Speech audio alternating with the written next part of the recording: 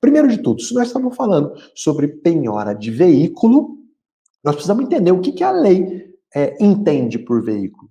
Por exemplo, eu posso pedir a penhora de uma bicicleta? Bicicleta é um veículo nos termos da lei? Vamos lá, vamos ver o que a lei fala. Segundo o nosso Código de Trânsito, nosso código, eu até fiz questão de colocar aqui no mapa, o Código de Trânsito fala assim, ó, todo veículo a motor de propulsão que circule pelos seus próprios meios e que serve normalmente para o transporte viário de pessoas e coisas ou para a tração viária de veículos, utilizado para o transporte de coisas.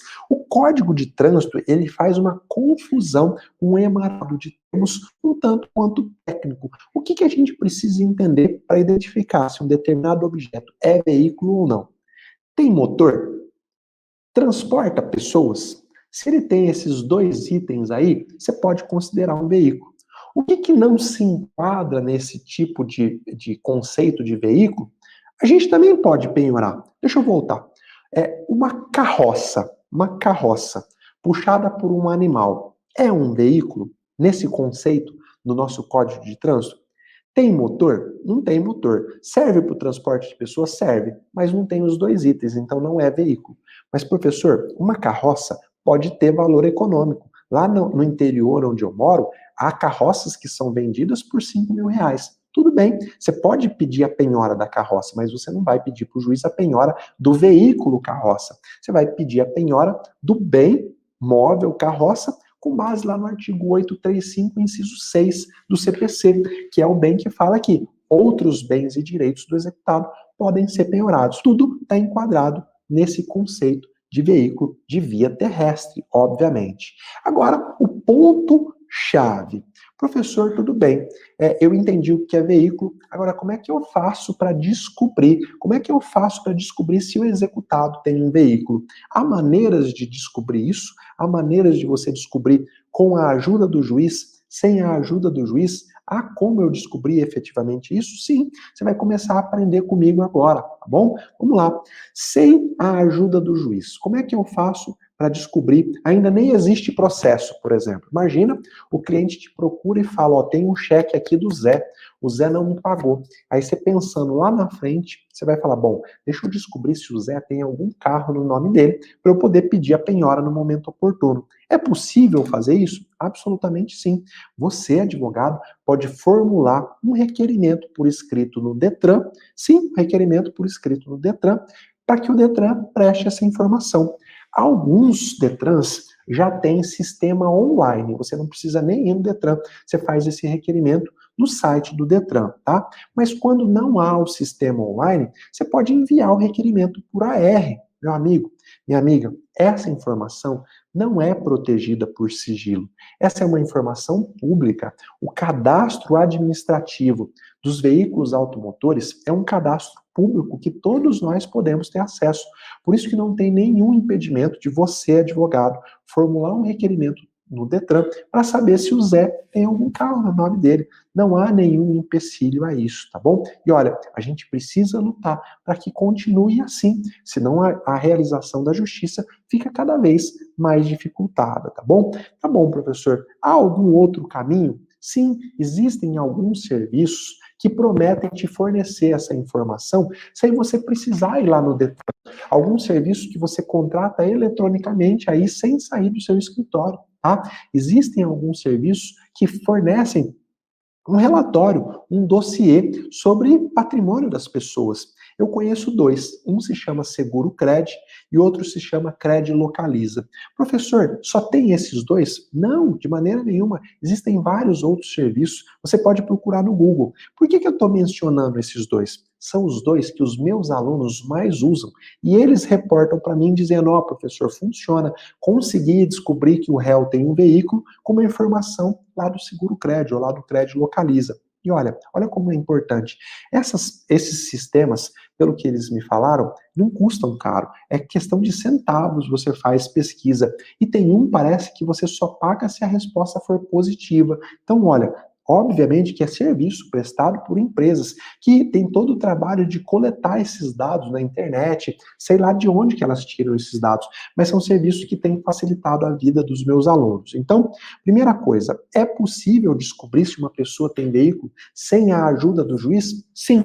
Você pode, então, formular o requerimento diretamente no Detran, ou você pode se valer de um desses dois sistemas que eu mencionei para você, tá bom? E como é que eu consigo? Imagina que já há uma execução. Eu consigo pedir a ajuda do juiz para que ele consulte algum sistema e descubra se o executado tem veículo no nome dele? Absolutamente sim, tá? Existe, então, um sistema chamado Renajude. É o sistema que interliga o DENATRAN, o Departamento Nacional de Trânsito, e o Poder Judiciário. É como se o Judiciário tivesse acesso a toda a base de dados do DENATRAN. Antes, como é que fazia assim? Eu, Zé, aqui no Judiciário, mandava uma cartinha lá para o diretor do DENATRAN. Uma cartinha mesmo, ia pelo correio, perguntando: o João tem algum veículo cadastrado no nome dele? O DENATRAN recebia a cartinha, passava lá para o setor responsável, que entrava no sistema deles e identificava: sim, o João tem um carro. Aí o DENATRAN fazia uma cartinha, mandava pelo correio lá para o Zé, chegava, imagina o tanto de tempo que isso levava para acontecer. Olha, para ser otimista, 3, 4, 5, 6 meses demorava só para a gente ter essa informação. Hoje não. O juiz tem um login e uma senha, ele entra direto no sistema do DENATRAN e pesquisa. E descobre com um clique, e a resposta é automática. Não leva 24 horas, não leva tempo nenhum. O juiz clica e já sai a resposta, mostrando efetivamente se a pessoa tem ou não tem carro no nome dele. O que é, então, o Renajude? Eu acabei de te dizer. É um sistema, é uma ferramenta eletrônica onde o judiciário é interligado com o DENATRAN, tá bom? E possibilita que o próprio juiz entre no sistema e lá tome algumas atitudes. Ele pode criar, como nós vamos ver aqui, alguns bloqueios. O juiz pode fazer várias coisas, várias consultas, tirar várias informações dentro do Renajude. O sistema do Renajude, ele possibilita que o juiz insira lá dentro algumas restrições. Então tem lá o cadastro do veículo, tá lá como se fosse um prontuário, a vida do veículo, quem é o proprietário, qual é a placa, qual é o chassi. O juiz pode ir lá dentro e escrever algumas coisas nesse prontuário do veículo. Quais são essas coisas que o juiz pode escrever? Quais são as restrições que o juiz pode colocar no cadastro de um veículo? Qual é a primeira restrição que o juiz pode inserir? É a famosa restrição de transferência.